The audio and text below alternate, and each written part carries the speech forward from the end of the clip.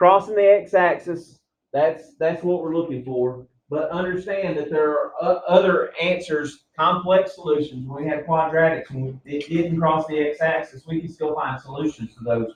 It was those complex ones.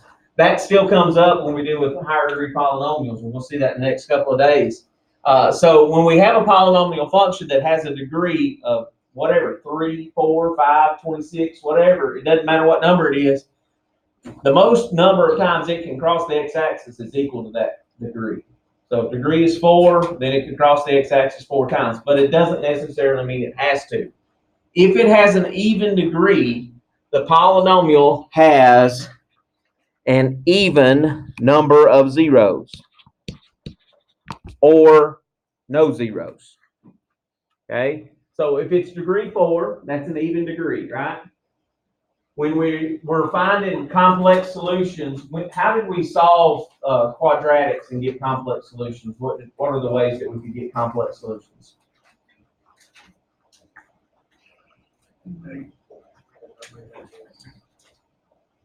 What methods could we use? Could we use factoring and get complex solutions? No, that didn't work. We could take the square roots method and we could get complex solutions. We could also do complete square or quadratic formula. Every one of those would always produce how many answers? 2. So when we get complex solutions, they come in sets of 2, right? So with an even degree polynomial, say it's degree 4, it may only cross the x-axis in 2 places. That leaves 2 others that could be answers, right? So that could be a pair of complex there. So you could, with a degree 4, you could have 4, 2, or 0 zeros or roots or solutions to the problem. So even degree is going to have an even number of zeros or x-intercepts or no x-intercepts or zeros, okay? An odd degree polynomial has an odd number of zeros. If it's an odd degree, then it's going to have to cross the x-axis at an odd number of times. We know odd degree, the graph of an odd degree polynomial is similar to what?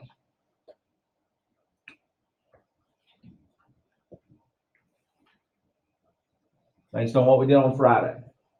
Odd degree polynomials always go, the end behavior is what?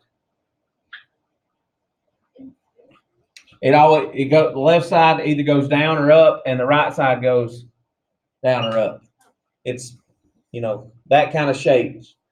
Maybe, more humps and valleys in the middle there if it's a higher degree, but it generally has this kind of thing going on. So eventually it's going to have to cross the x-axis at least one spot, which is an odd number, or it depending on if it had more of those things going on, it could cross more places.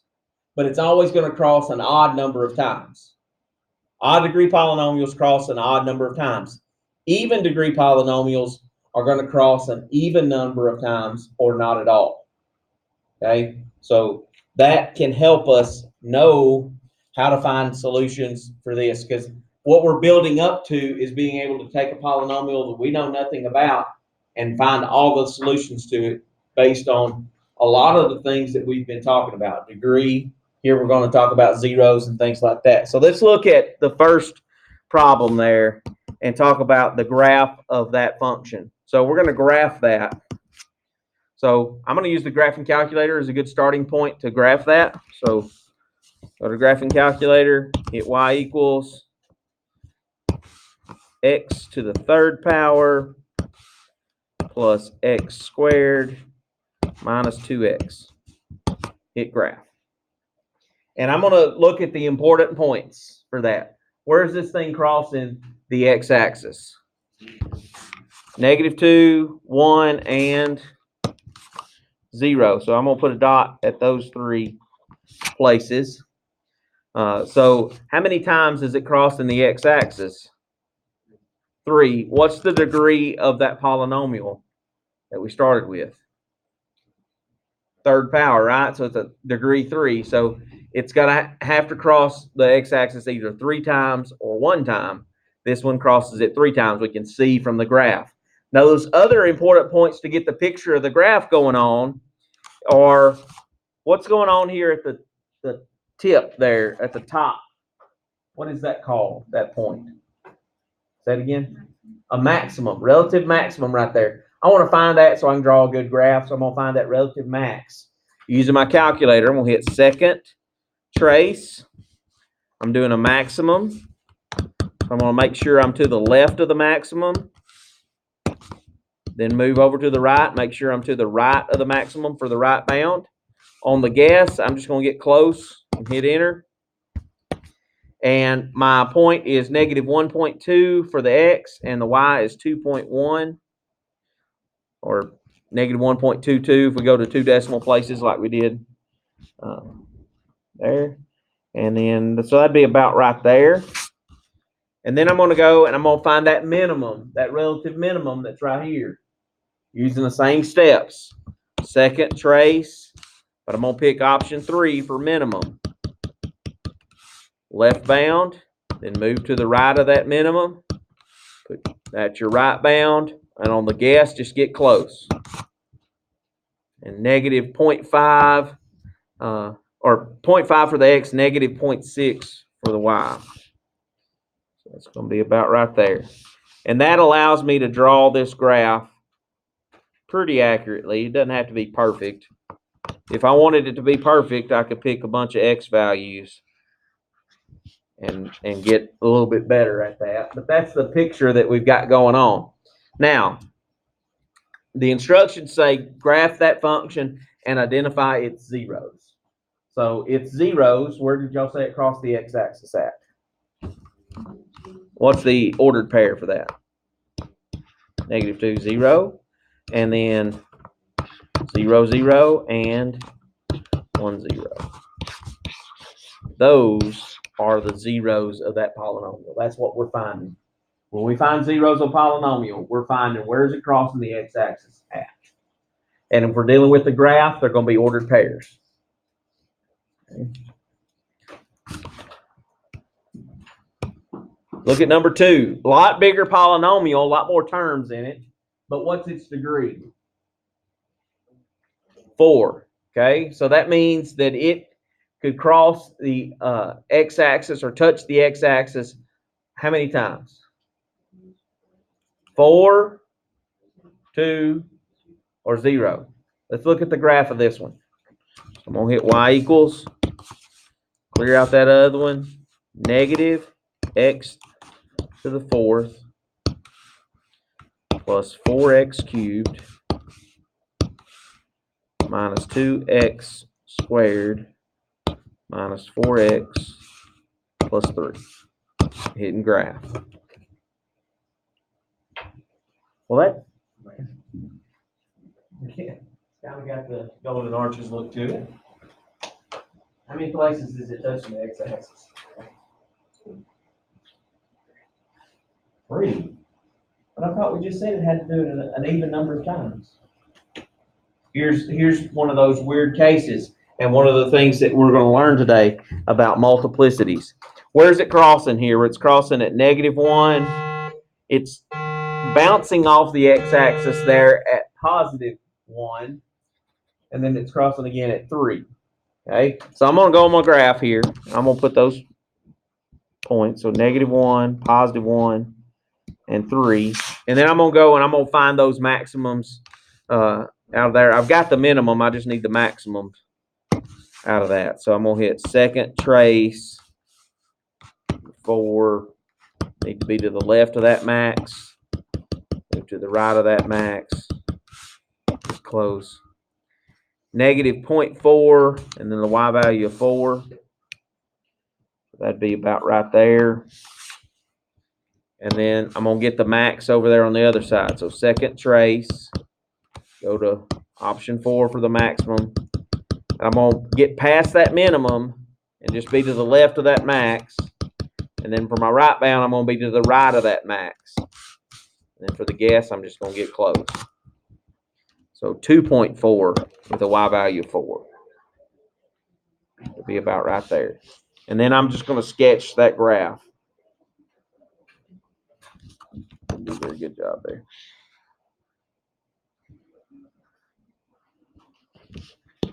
All right. Now, we said that the x-intercepts were at -1, 0, 1, 0, and 3, 0. Here's what's happening. At the 1, 0, that's that spot right there. It's bouncing off the x-axis because this has a multiplicity of 2. It counts twice. It's a repeated solution. When we did quadratics and you had a repeated solution, if you looked at the graph, the parabola came down and just touched the x-axis at that spot. It was like you had this, and the parabola would come down and just bounce off the x-axis like that. That was a repeated solution. That's what's happening with this particular polynomial, is you've got a repeated solution buried inside of that. Okay, so that's what's going to happen to the graph when you have a repeated solution. So technically, this graph is touching the x-axis in 4 places. Just that one in the middle counts twice because of the multiplicity. Okay, so be able to recognize that. That's what's going on there. Being able to draw that graph and look at the graph and it's inspect it is the key. All right, linear factors. Linear factors of a polynomial reveal its zeros. Linear factors can be found by writing the polynomial in factored form. So let's factor this polynomial. X to the 3rd power minus 2x squared minus 15x. If we're going to factor that, it means we're going to set it equal to 0. And then the first step in factoring is always look for what? Greatest common factor. For this problem, what's the greatest common factor? X. So I'm going to factor that out. Leaves me x squared minus 2x minus 15 in parentheses. And I've got a trinomial left there. What method do I use to factor? Yeah, x method for that. So I need it to multiply to be -15 and add to be -2.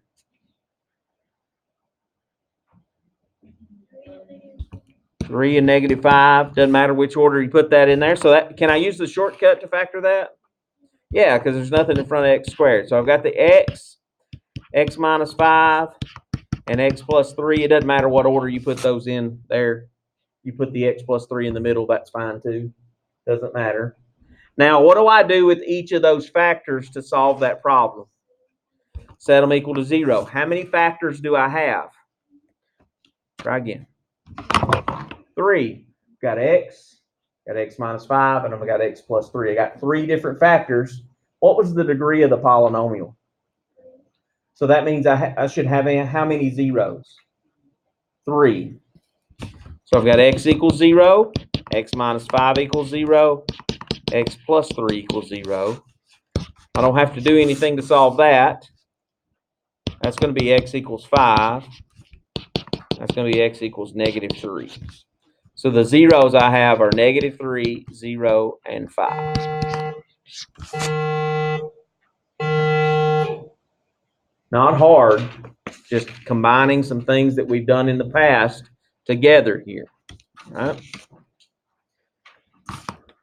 Flip over to the back of that page. Let's talk about multiplicity. We've kind of already foreshadowed that using the graph and what the graph looks like. Multiplicity of a 0 is equal to the number of times a factor occurs in the polynomial. Okay, let's factor this polynomial here and see what happens here. So set it equal to 0.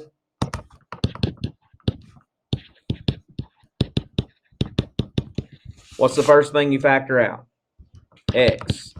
It's just x squared minus 6x plus 9. And we're doing x method. Multiply to be 9, add to be -6. -3 and -3. So that's x and x minus 3 and x minus 3. Or you could write x and x minus 3 squared if you wanted to. Those are the same thing. Those mean the same thing. Now, we've got a factor that shows up more than once, but how many solutions are there? 3, because the degree of the polynomial at the start was 3. So those go together, all right? But we're going to have x equals 0, and then we're going to set x minus 3 equal to 0. So this one, and then x equals 3, but the multiplicity is 2 because that factor occurred how many times? Twice in the factored form of that polynomial. So factor shows up more than once, that changes its multiplicity. So what are the zeros and their multiplicity? So x equals 0, it has a multiplicity of 1. X equals 3, it has a multiplicity of 2. And that's how you can abbreviate that multiplicity, M-U-L-T. Multiplicity of 1 means it shows up once. Multiplicity of 2 means it shows up twice. Multiplicity of 3 would mean it shows up 3 times.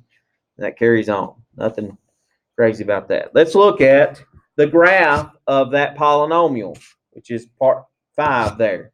It says graph that same polynomial we just factored. Okay, so if I go to y equals and I graph that, x to the third minus 6x squared, then put the minus, x to the third minus 6x squared plus 9x. It's crossing the x-axis at 0, and then what's happening at positive 3? It's bouncing off, right? That's what we see the graph doing. Right there, it's bouncing. So if the multiplicity is odd, so we have one of these zeros has a multiplicity that's odd, the 0. X equals 0 has a multiplicity of 1, which 1's an odd number, right? So that means it has odd multiplicity. What does the graph do to the x-axis? What's happening at 0? It's crossing the x-axis. It's going through it. So it crosses. If the multiplicity is even, we've got a 0 that's got an even multiplicity, multiplicity of 2. The 3, what's happening there? It's bouncing. I like the word bouncing. You might see, if you Google this, some people may say it touches the x-axis. I like bounces. It's a little more fun. But bouncing or touching the x-axis is what that is. Crossing, odd multiplicity. Bouncing, even multiplicity. Okay, so when you look at the graph, that's going to help us. When we start getting into polynomials that can't be factored using what we already know about factoring, we're going to get to those in the next day or so. We've got to use the graph to kind of help us get there. Okay, and knowing this stuff is going to be the key to being able to use that graph to help us get there. All right, let's look at example 6, where they give us a polynomial that's already in factored form, which that's super nice. They didn't have to do that. They felt sorry for us. So they factored it for us already. And we need to know what the zeros of that polynomial are. So the little chart there, you've got the left-hand column is the 0, so the number that x equals. Then the middle one is what's its multiplicity, and the effect is either going to be crosses or bounces. Those are your two options, crosses or bounces. Okay, so what does the factor x plus 7 give us as a 0? -7. What's the multiplicity on that factor? 2, because it has what is an exponent on that factor? 2. What is the effect on the graph? Why? Because it's even, it bounces. Okay. The next factor is 2x plus 1. What's the 0 that goes with that? -1/2. What's its multiplicity? 1. It only happens once. It doesn't have an exponent written on it. So that means it does what with the x-axis? Crosses. Okay. The last 0 be +4, has a multiplicity of 3. What's it do to the x-axis? Why? Because it's odd. Even though it's bigger than 1, it's still going to cross the x-axis. Odd multiplicities are always going to cross the x-axis. Even multiplicities, whether it's 2, 4, 6, 22, any of those things, it's going to bounce off the x-axis if it's got an even multiplicity out of that. All right, let's look at number 7. What's wrong with number 7? It's not in factored form. So can we get it in factored form? How? Take an x squared out because that's a GCF. I like that. So that's going to be x squared minus 2x minus 8 left. Do the x method on that. So multiply to be negative 8, add to be negative 2. Negative 4 and 2. So that's going to be x squared. Then x minus 4 and x plus 2. 0 is a 0. So this x squared is going to give us a 0 of 0 with a multiplicity of 2, which means it should do what? Bounce. The next factor gives us a 0 of 4 with a multiplicity of 1. So that has to cross. The last factor, try again, negative 2. Be careful on your signs. And the multiplicity of that is 1, and that means it has to cross. Okay? If you're in doubt, graph the thing and make sure. X raised to the 4th minus 2x cubed minus 8x squared. Hit graph, see what's happening. There at negative 2, it's crossing the x-axis. We saw that happening. What's happening at 0? Bouncing. It's bouncing from the other direction this time. So it's coming up from the bottom and bouncing back down. But it's still bouncing. And then over here at 4, it's crossing the x-axis. So the graph is going to be leading you to knowing what the right answers are here.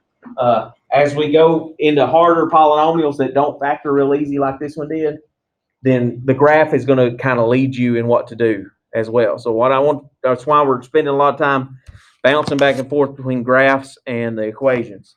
Let's look at number 8. We'll finish up for the day, actually. So a polynomial function has a 0 at negative 6 with a multiplicity of 2 and positive 2 with a multiplicity of 1. Write a polynomial function in standard form. That's an important part. That could represent this function. Okay, what's standard form when we talk about polynomials? That's a quadratic, but not necessarily. It's descending order. That's all that means. Standard form for a polynomial just means multiply it out and get it in standard form or descending order. Okay, same thing. Okay, so we need to know if the 0 is at negative 6, what was the factor that came from? X plus 6, right? And it had a multiplicity of 2, so what should that mean? It's squared, right? And then what's the other factor? X minus 2 would be the factor that gives us a positive 2 as a 0. Its multiplicity is 1, so I don't need to put an exponent on it. Okay? Now, if I'm going to put this in standard form, I just got to multiply it out. So x plus 6 squared would be x plus 6 times x plus 6, and then multiply by x minus 2. It doesn't matter what order you multiply these together in, just multiply them out. I'm going to multiply these two together first and get that. So it's going to be x squared plus 12x plus 36 times x minus 2. So I'm just multiplying x to everything. That's going to be x cubed plus 12x plus 36x, and then negative 2 to everything. So that's 12x squared. That's not squared. I said it, but I didn't. So minus 2x squared minus 24x minus 72. Combine your like terms. squared. 2x times negative 2 times x squared is negative 2x squared. So that'd be x cubed plus 10x squared plus 12x minus 72. That is a polynomial that has those particular zeros. It's not the only polynomial that would have those zeros. We could come up with several others that might have those same zeros, but this would be that. How can I check to make sure that's right? Graph it on your calculator. Make sure it does what at -6? Bounces. And what does what at +2? Crosses. Make sure it does those things, and you know you got it right. Okay? So this is a really easy lesson today, but it is a major building block into what we're